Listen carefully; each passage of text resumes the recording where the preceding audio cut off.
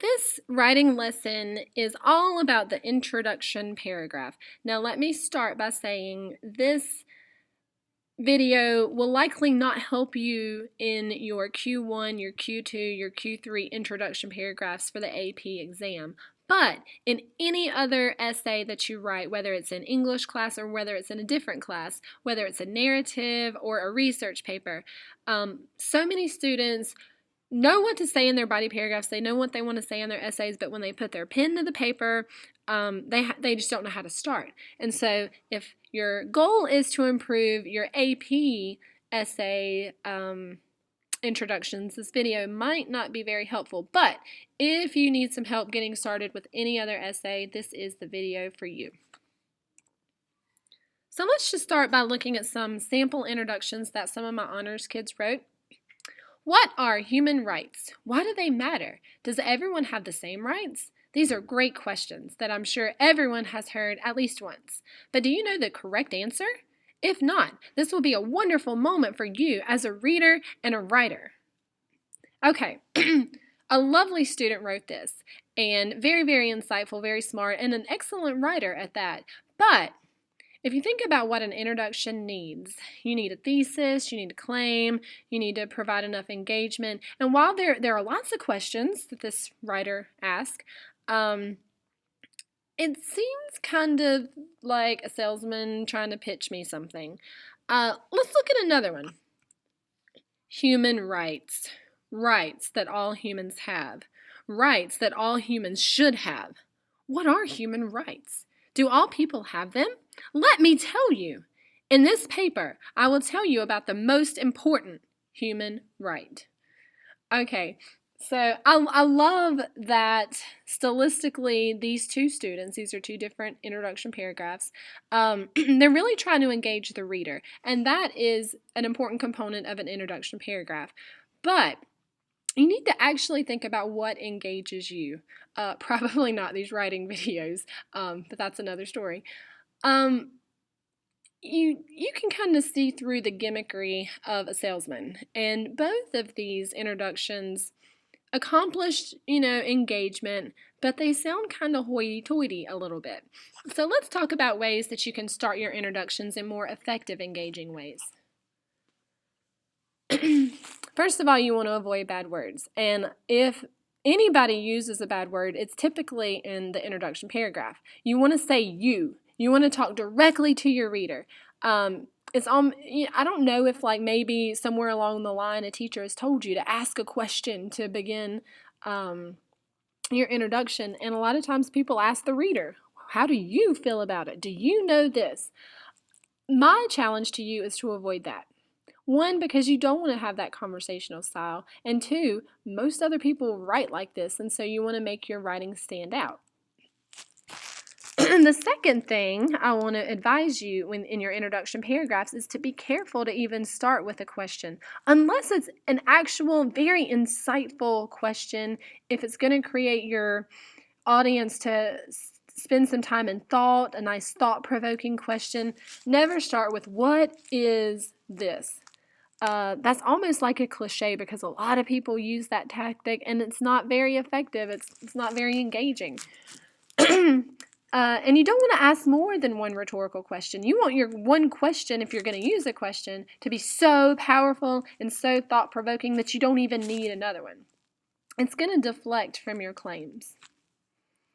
Something else that you shouldn't do is start with a fragment. Fragments have their place in literature. They're not always bad. They actually can be very powerful.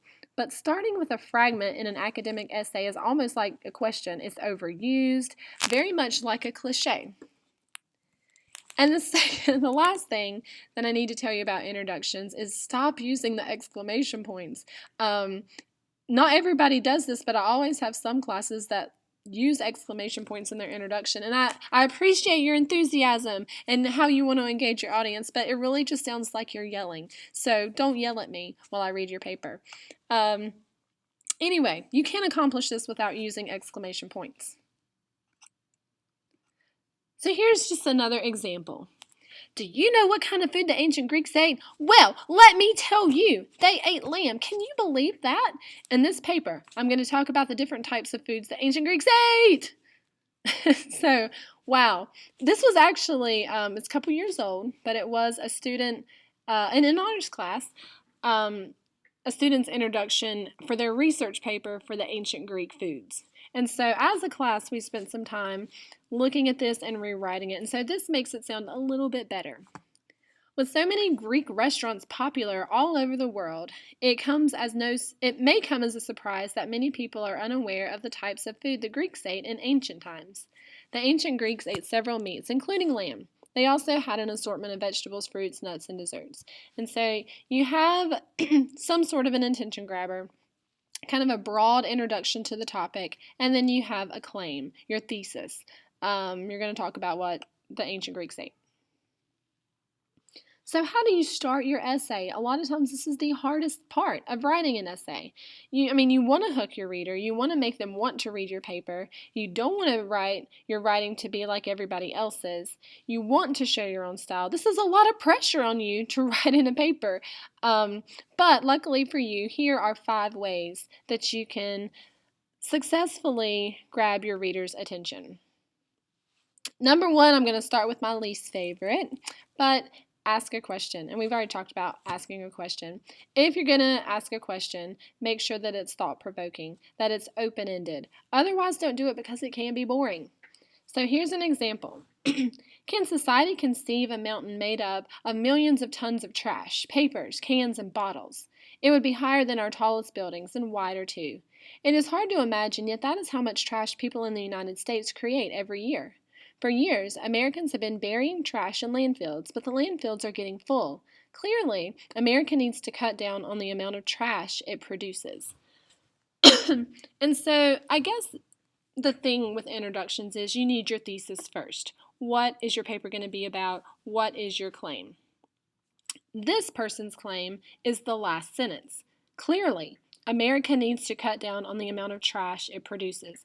And so if you want to think about an effective way for your audience to buy into this claim, to care about trash, maybe a fear tactic would work. And so you ask this question to create imagery and have your audience imagine this big old mountain of trash, like nobody would want to live there.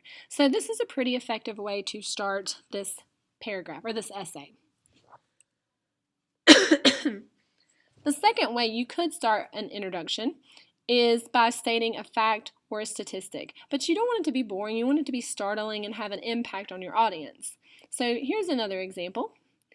7% of licensed drivers in the United States are teenagers. However, 20% of accidents and 14% of fatal accidents involve teen drivers. That is much too high a percentage, and what it reveals is significant. Teenagers are at risk. Facts are facts. It's time for Americans to think long and hard about automobile safety. Now ask yourself, what is this essay going to be about? It's not so much about teen drivers, although the focus is on teen drivers because maybe the audience is primarily teen drivers, but the whole essay is going to be about automobile safety and how we need to have changes. And so again, ask yourself, what is my thesis? What do I want my audience to take from my essay? Now, how can I effectively engage them into thinking about my issue? And so here, this startling fact and statistic might do the job. The third way you could start an introduction is by providing a definition.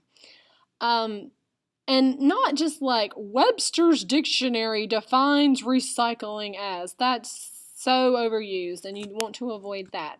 But you can have like a complex definition. In this case, this is about recycling. So let's take a look at it. Recycling is a way of limiting the amount of trash our society has to make suitable for reuse. Sometimes recycled items are used just as they are. Glass milk containers, for instance, can be sterilized and refilled with milk. Other items are transformed in some way. Old paper is mashed up and turned into new recycled paper. Recycling items instead of throwing them away is not a difficult concept, and such an action has a positive impact on the environment. So here we go. It's all about recycling. It has a positive impact on the environment is this author's thesis. And so if you want to get that thought out there in your reader, a nice complex definition is successful. I really like this strategy, argument by analogy. So we have this analogy here, one of the world's famous analogies. My mama always said life was like a box of chocolates. You never know what you're going to get. And when Forrest Gump quotes this, his mother's advice, that has guided him through life's challenges, he is using an analogy. He is comparing two ideas on the basis of shared qualities. It's a gently funny line. It's intended to be charming, but it's also a very simple argument, claiming that life is unpredictable while also implying that life is sweet, even if it's not always what you had hoped it would be. So a lot of depth there in that analogy, Forrest. Excellent job. So you can make an analogy. Here's an example of an AP essay, an argumentative, I think it was a Q3 essay. And this student said, Newton's first law states that an object at rest will stay at rest, while an object in motion will stay in motion unless acted upon by a force. The last part of that is crucial. Only by applying a force will the motion of an object change. In a similar vein, it is through disobedience and rebellion that social progress can be made. Now, some of you are going to like this paragraph and some of you aren't. The bulk of the paragraph is spent talking about a scientific theory. But the whole essay, what's the thesis? It's the last sentence. This whole essay will focus on disobedience and rebellion, social progress. So this person took a seemingly very different concept, Newton's first law, and compares it to this idea, this concept of disobedience, which I think is pretty impressive, but, you might disagree. I put this is the best way to start an introduction paragraph. I'm a little biased, though, so you wouldn't want to spend a lot of time telling an anecdote or telling a story in an AP essay on the AP exam. But in a research paper or something that might be a little less interesting, I guess, anecdotes and stories are really effective ways to engage your audience initially. So let's look at this one. Once a week, when all our classmates are at lunch in the cafeteria, Mary Hicks, a high school sophomore and honors student, walks down the block to Brown Elementary School. Slipping into a first-grade classroom, she picks up a book and begins what she considers the most rewarding and exciting part of her week. She reads a story to a dozen wide-eyed children. Mary is one of a growing number of students who are required to do volunteer work during the school year. So the thesis here, the essay will focus on volunteer work. And rather than saying, I'm going to talk about volunteer work because I'm instantly asleep when I hear someone say that, this student gives a visual, an example of Mary Hicks, who this student very well may have just made up. You can make up a little story to engage your reader, and that's totally fine. But at least I have a visual, and it's going to lead me into the author's thesis. And that's it. So, hopefully I've given you a lot of good ideas with how to start your introductions of your essays. And as always, if you need help with anything, please come see me.